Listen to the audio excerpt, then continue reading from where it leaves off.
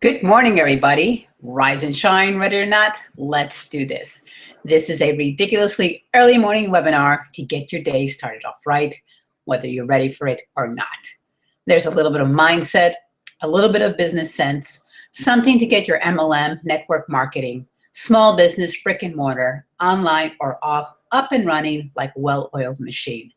Whether you are a newbie, a seasoned veteran, or somewhere in between, there's something here for you. Welcome. Good morning. My name is Mina. I'm coming to you from New York City, out in the borough of Queens. I created this webinar to get myself out of my comfort zone and to share with you my experiences and what I'm learning as I continue to build my business online. Let's grow into success together. Happy Friday, folks. This is the day where everybody is thrilled that it's the end of the week and they're approaching the weekend and they're really happy. I like to call this Friday Finish Line Friday. End the week off right. For today's mindset moment, there's always two parts to this hangout. There's always a mindset moment and there's always a business sense moment. And for today's mindset moment, we're going to talk about failure and how one behaves towards failure. And today's mindset moment is inspired by a blog post that John C. Maxwell wrote in 2011 that's entitled, "What's Your Response to Failure?" So when he was growing up, John Maxwell would listen to motivational speakers and he would hear the following question, and I quote, "If the possibility of failure were erased, what would you attempt to achieve?" And as John reflected on this intriguing question, he realized one day that this was a bad question to ask. And why is that? Let me repeat the question to you again so you could take it in. If the possibility of failure were erased, what would you attempt to achieve? Now, the person who asked it at the time was probably trying to get people to not think about failure and push it aside so they could try to achieve the best they can and achieve their potential. But according to John, it changes people's thinking down the wrong path, down the wrong track, because there is no achievement without failure, which is very true. How are you going to learn from your past mistakes? You need to learn from your failures. It's not, if you fail at something, it's not the end of the world. It's not you. It's just something that did not work. So he formulated a better question. And this is a question that John formulated that makes you think better about this. It makes you think better about failure. And I quote, "If your perception of and response to failure were changed, what will you attempt to achieve?" Okay? Instead of erasing failure altogether and thinking, okay, because it may lead people to think that I will never fail, or there's no failure, or, well, yeah. If your perception towards failure were changed, what would you attempt to achieve? So if you think of it, a failure as not something personal, but something that did not work, and you reflect on, okay, this did not work. What can I do to make it better? All right, I got fired from a job. That happened to me in 2012. I got fired from a job because my work was not up to par. And for a while, it was for a short while, I felt really bad about it. But then I realized that was not my place was not in that place of work. And the people who fired me did me a big favor, because then I realized and I found my niche. I found my place in the home business industry. So that is a better response to failure than thinking that, I'm a poor little miserable cockroach because I failed at this, yada, yada, yada. So if your perception and response to failure were changed, what can you achieve? So your life can change significantly if you look at failure differently. I'm looking at my notes. So what is something that you've been trying to work on, or maybe you're trying to learn something new? Like, say you want to learn a musical instrument. You want to learn how to play the piano. And they have these courses that teach you how to play piano overnight. And what I imagine that being a piano player, you can learn the basics, the concepts of playing the piano, but to become fluently or to be able to, play like the great piano players, you have to practice every day. If you want to get to Carnegie Hall, you have to practice. And there's no, if you think that if you think you failed because you didn't learn how to play piano the next day, that is not a good way to look at it. Think of it, or if you think, no, let's put it better. Let's go back a little bit. Say you're learning a piece by Chopin, okay? And there's a certain way to play it. For you, those of you who know music, you read certain notes and there are certain tempos and you should play it fast, you should play it slow, and you should play it the way that Chopin wrote it. So my piano teacher, this is funny, because I was kind of a rebel when I was learning piano. She said to me one day, "You disgrace Chopin." I always thought that was so funny, because I try to always play things my own way and not the way it was intended to be played. I always try to put my own spin to it. But because you don't play a piece by Chopin the way he intended you to play it, does not define you as a failure. You just have to look at it differently. So, okay, what did not work here? Let me go through the sheet music once again and say, okay, I missed a tempo here where I was drawing this out when I should have played it faster. Or there was a part here where I had to push down on the pedal to increase the effect, enhance the effect of the music, and so I could play it that way. So don't consider yourself a failure because you're not playing a piece by Chopin the way he intended you to play it. And I'm just throwing that example out there for you. When my piano teacher said that to me, I always thought it was funny. I never took it personally because I knew how I was as a piano player. And back there, you see back there is a subliminal hint from my husband to start playing the piano again. That is my piano. That is the piano I studied on. It has many years. It's a Primrose. It's a Sommer Primrose. That company does not exist anymore. So that is a pretty good ancient relic. Anyway, so that is an example of failing forward.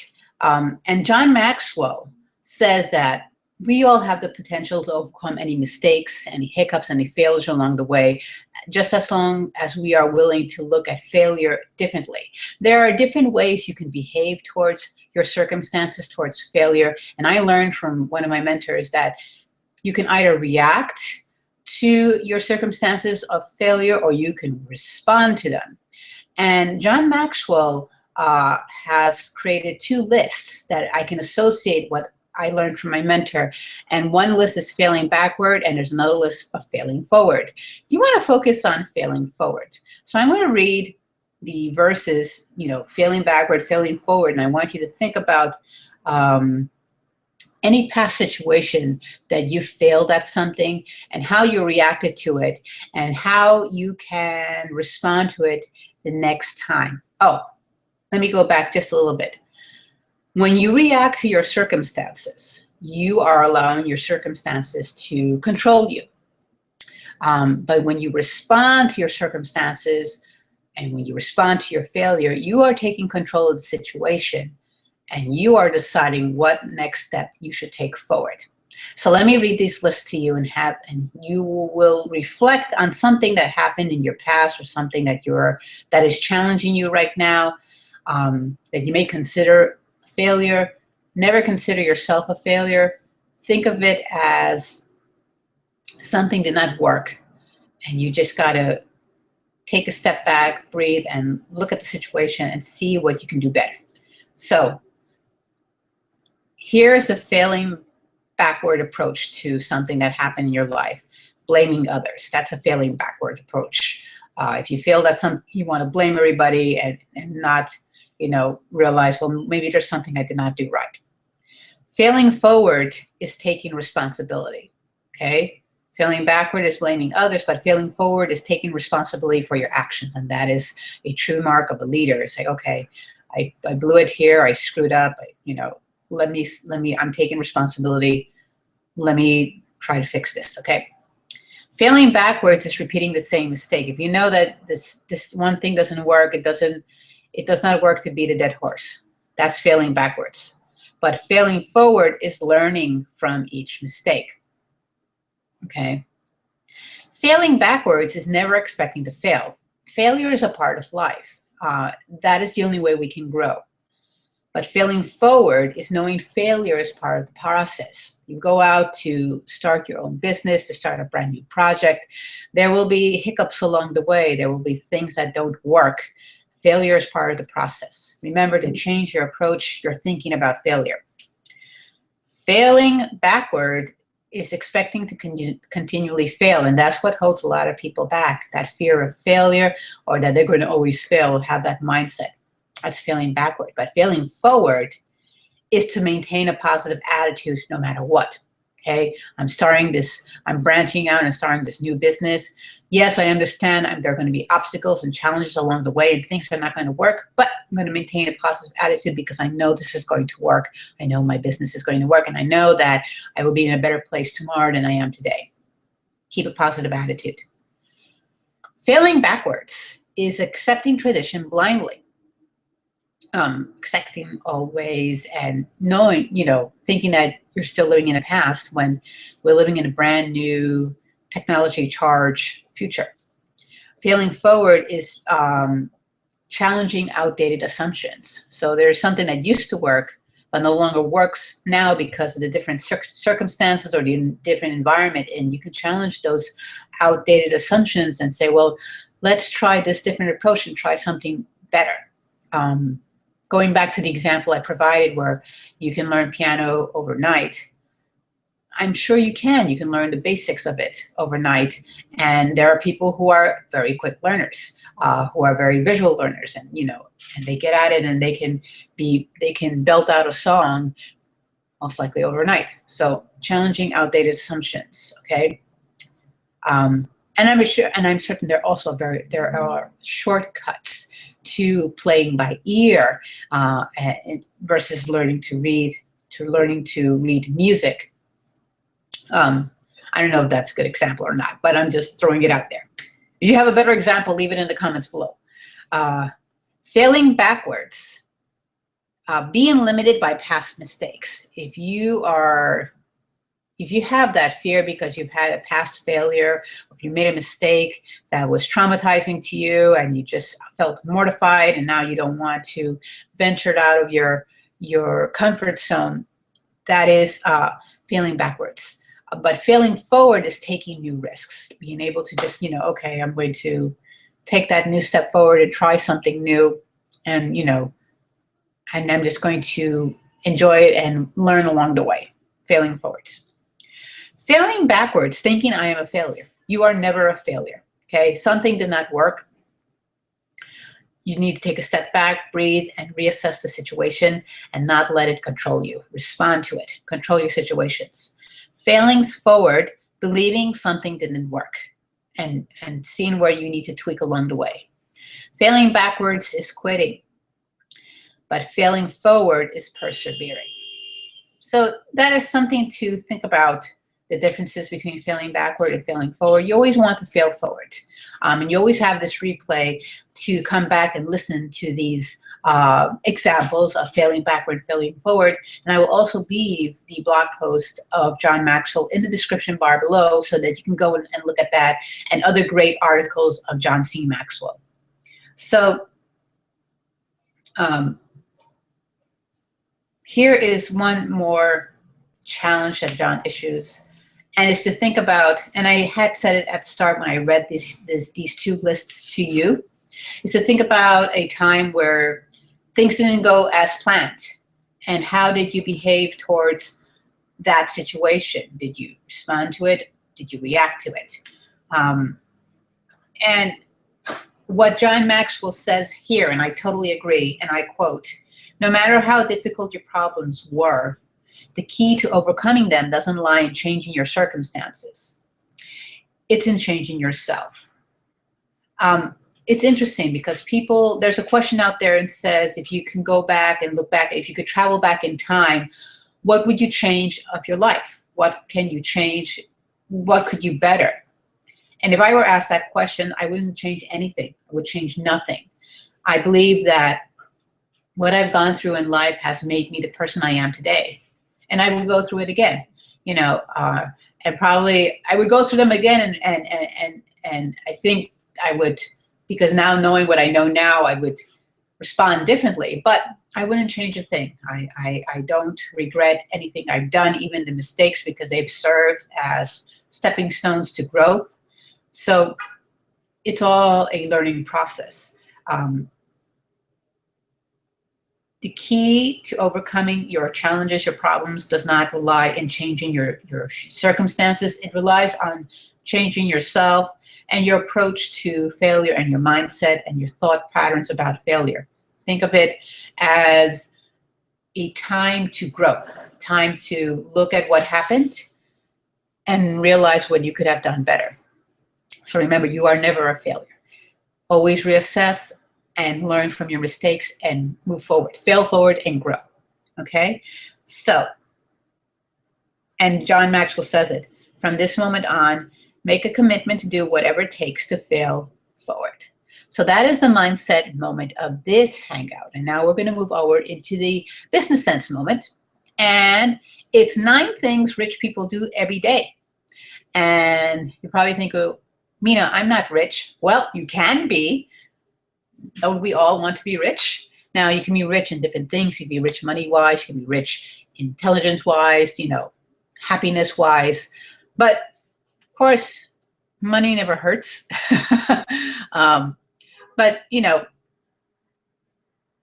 as I said yesterday, there's a Tanzanian proverb that says this: little by little, a little becomes a lot.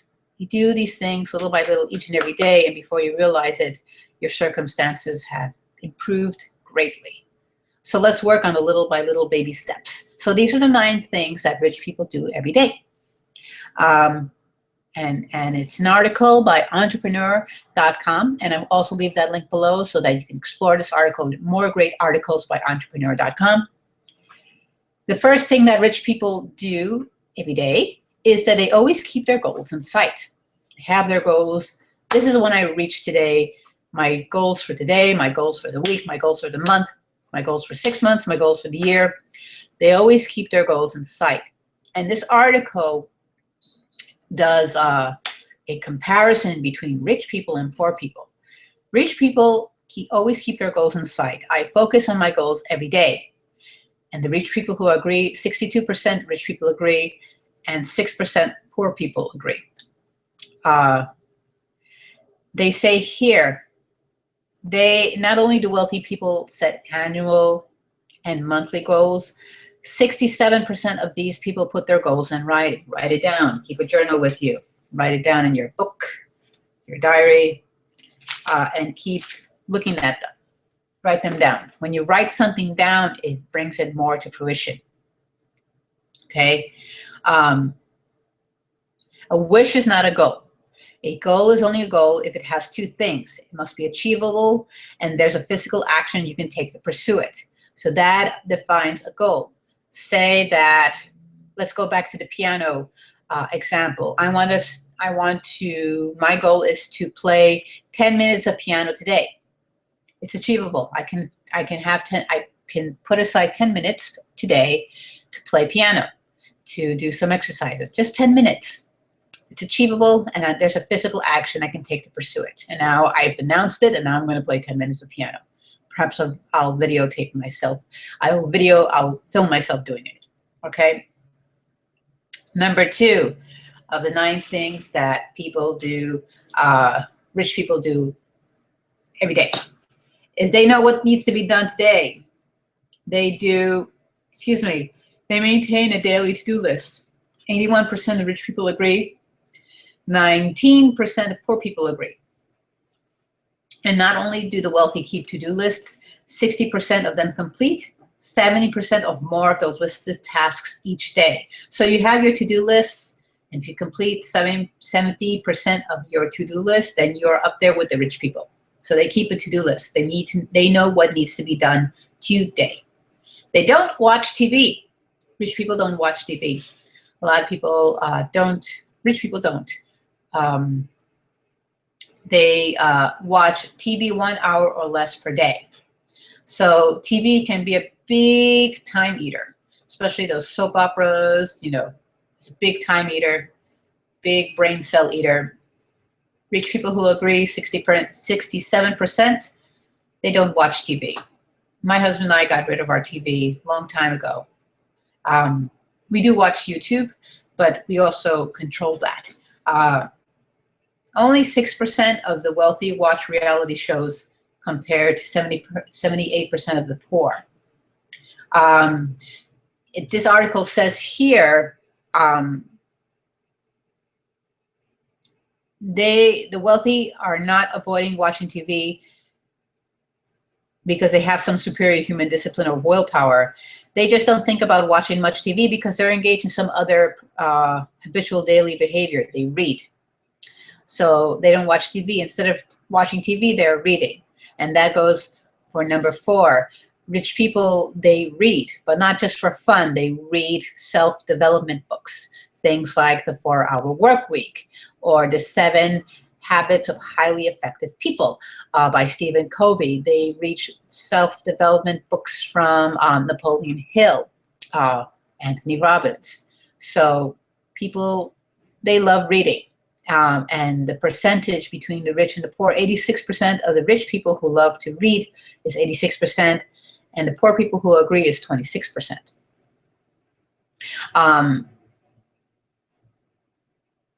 88% of rich people, they'll read self-improvement books 30 minutes each day compared to 2% of the poor people. Well, the 2% of the poor people are reading self-improvement books. That means that they're going to slowly move into the rich people category. Number 5, they are big into audiobooks. There's a great app called Audible. They'll give you a free book to download for you to listen to. And if you like the Audible app, it's like $14, $15 a month. And a lot of people are embracing the Audible app. And my friend showed me the Audible app, and I'm really intrigued by it. And I'm about to jump in myself. And the cool thing about the Audible app is that you can speed it up or slow it down. And when you speed it up, there's something that happens. Your brain gets accustomed to the speeded up version of it, and you seem to take in that information more readily. What rich people do, they like to listen to audiobooks during the commute to work. Rich people who agree, 63%, and the poor people who agree, 5%. So yes, they like to listen to audiobooks. Number 6, they make a point of going above and beyond at the office, not just doing what's required of you, but doing just a little bit more, exceeding expectations. I do more than my job requires. And the rich people who agree, 81%, and the poor people who agree, 17%. And here, what they say here, it's worth noting that while 86% of rich people compared to 43% of poor work an average of 50 or more hours per week, only 6% of the wealthy surveyed found themselves unhappy because of work. So that's an interesting statistic. And if all these numbers I'm throwing at you are just making you cross-eyed, I will leave the link to this article so that you can read it and see it for yourself in black and white. And I'll just continue. They aren't hoping to win the jackpot. Rich people don't play the lottery regularly compared to the poor people that do. The rich people who agree to this statement that I play the lottery regularly, it's only 6%, compared to poor people who agree is 77%. And it says here that it's not to say that the wealthy are always playing to save their money. Most people who are business owners, who put their own money on the table, are those who put their own money on their table and took financial risks. They don't play the lottery, but they do invest their money. And they do take certain risks when they invest their money.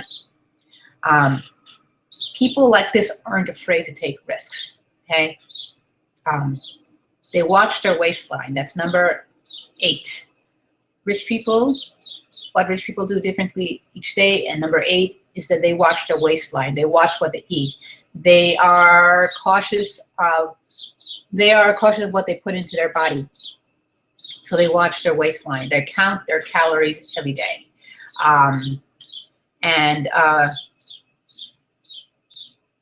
here they gave an example of a millionaire. He's worth 78 million. He's 68 years old. And they asked him why he did not retire.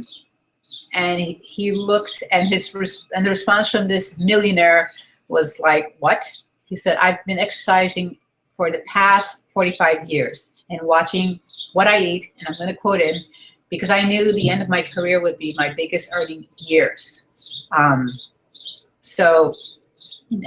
he's a testimonial to that. He's worth 78 million. Okay, so rich people watch their waistline. You'll see that rich people are very cautious about their health, and you can do the same as well. Be very cautious about yourself. And number 9, they take care of their smiles. They floss every day. Rich people who agree, 62%, and poor people who agree, 16%. There are different ways to take care of your smiles: flossing, brushing your teeth, gargling with Listerine. There's oil pulling, which is it's not a new thing. It's just something that's coming of age, and a lot of people are discovering oil pulling, where you're swishing oil in your mouth for about 20 minutes. And that is also an extension to flossing, where it cleans out and you spit everything out. You don't swallow that stuff. Don't swallow that stuff. It's nasty. But that is another way to take care of your smiles. So that is 9 things that rich people do differently every day. And why I share that with you? Well, this webinar, this hangout, is a way to share business sense tips for you to apply to your business and to make it that more prosperous and more fruitful. So we've come to the end of today's Rise and Shine, Ready or Not, Let's Do This. I hope you enjoyed this episode. If you're watching a replay and you enjoyed what I shared with you today, feel free to share with a friend or two. Subscribe to my channel. Give me a like. Leave me a comment below and let me know what you would like me to speak about on upcoming episodes or hangouts of this webinar. Thanks for stopping by. Have a happy Friday. Have an enjoyable weekend. See you Monday. Same bat time, same bat channel. Thanks again, folks. This is Mina coming to you from New York City, out in the borough of Queens. Take care, folks. Cheers.